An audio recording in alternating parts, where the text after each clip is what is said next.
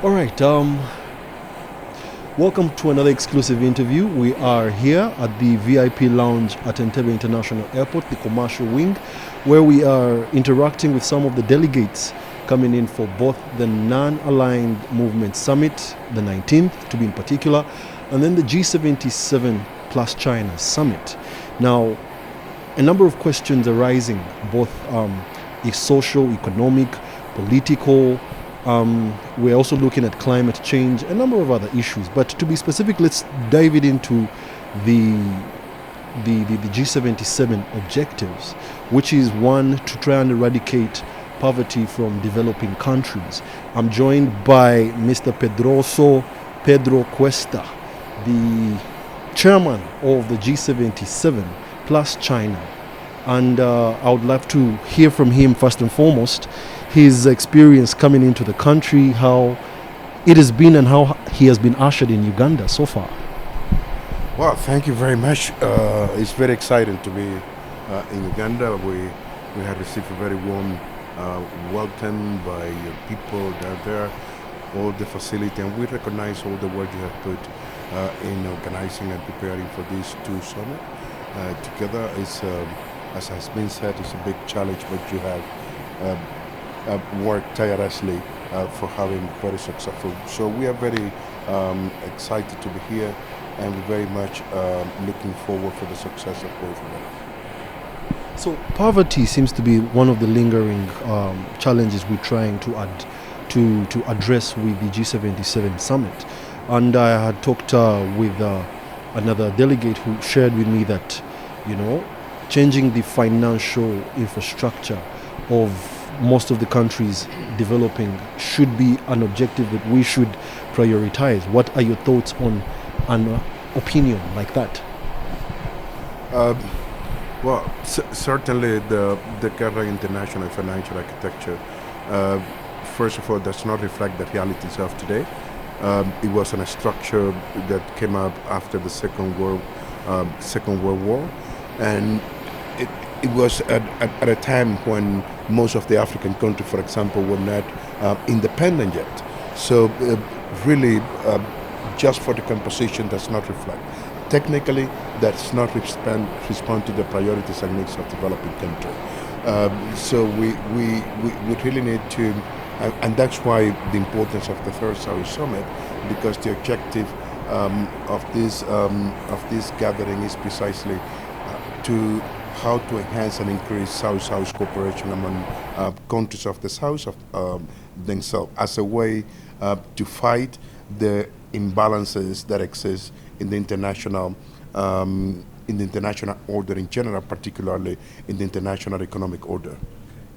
So I remember that one of the interventions that came in when the COVID-19 ravaged most economies around the world was the issuance of SDRs, special drawing rights, by the IMF, is it?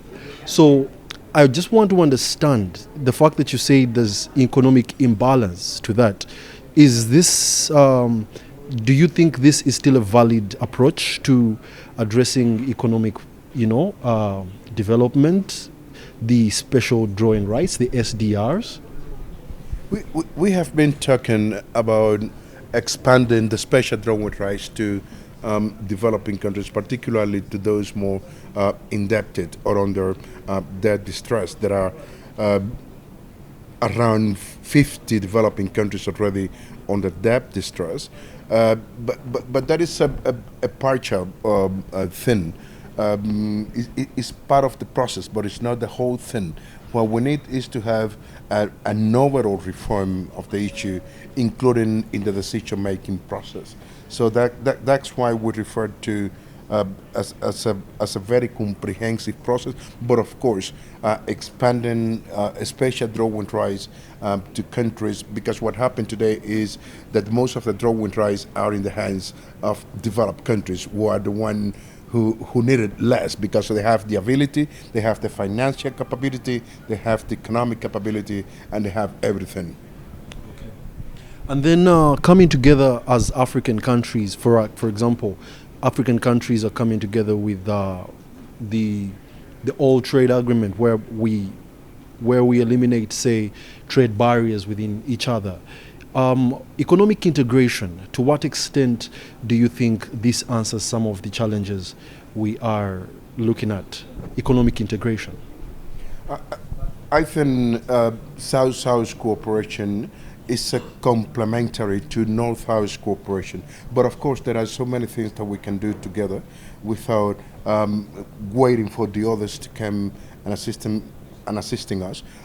What the African Union is doing, for example, in trying to bring and create more infrastructure, for example, is very critical for Africa, because you can see when you have to move in the continent, sometimes you have to go to Europe to come back to the continent because the infrastructure is not there.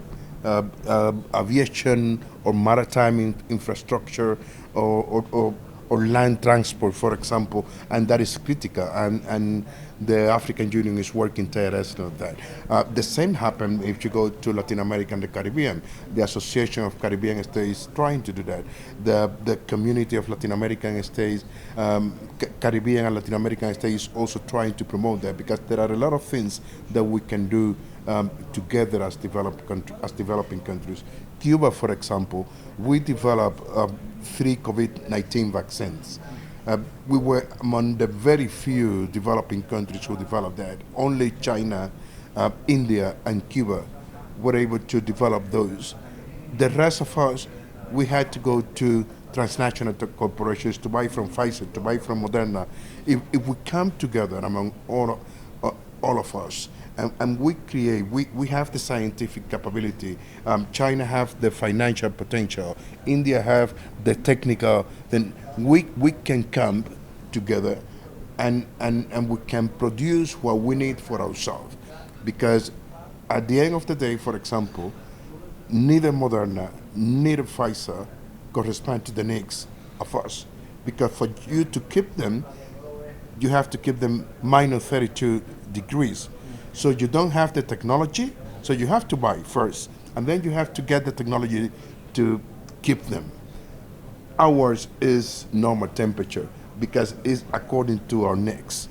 So that is a very vivid example of what can be done by coming together countries of the South, and that is what the South Summit is all about, to look to the future, to discuss and to examine what we can do together, and come up with a framework of program that allows us to continue fighting in this world. So we will wait to hear what the deliberations from both summits come to play, and we will hear more from what is put on the table. So thank you very much for honoring our invite.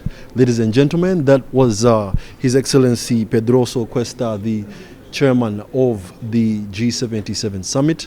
We expect to have more delegates, so stay tuned for more exclusive interviews. Thank you very much. Thank you too very much. Okay.